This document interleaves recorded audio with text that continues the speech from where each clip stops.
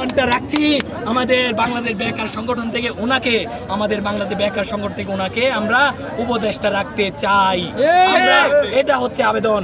সারা বাংলাদেশে আমাদের বেকার সংগঠন থেকে কোনো আন্দোলন হবে না। আমাদের সাধারণ মানুষের যে দাবিগুলো আছে সেই দাবিগুলো আমাদের এই সংগঠনে সম্পৃক্ত আছে। এই দাবিগুলো যদি মেনে নেয় তাহলে হচ্ছে আমাদের আর কোনো আন্দোলন হবে না।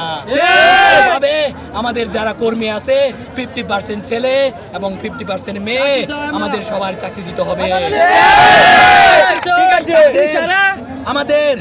আমাদের যেই যতগুলা মিল, ফ্যাক্টরি, গার্মেন্টস, সরকারি চাকরি যারা আছে আমাদের সংগঠন থেকে, আমাদের এইখানে সংগঠন থেকে তারা লিস্ট দেবে। ওই লিস্ট অনুযায়ী যারা বেকারত্ব আছে, যেখানে ঘুষ দিতে হয় সেখানে ঘুষ দিতে হবে না। আমাদের সংগঠন থেকে তাদেরকে আমরা চাকরি দেব। বেনে খাওয়া এবং বেকার মানুষ যারা আছে, শিক্ষিত ছেলেরা যারা আছে, যারা এখানে আন্দোলন করেছে, এর আগে কোটা আন্দোলন করেছে, তারাও অনেক বেকার আছে, মেধার তালিকায় আছে। এবং মেধার থেকে সবাই তো আর সরকারি চাকরি হবে না। কেউ আছে তারা ইন্টারভিউ দেওয়ার পরে সরকারি চাকরি বাহিরে যে চাকরিগুলো আছে, আমাদের সংগঠন থেকে আমরা বিভিন্ন কল কারখানার মধ্যে তাদের বড় বড় পোস্টে চাকরি দিব। আমাদের সংগঠন থেকে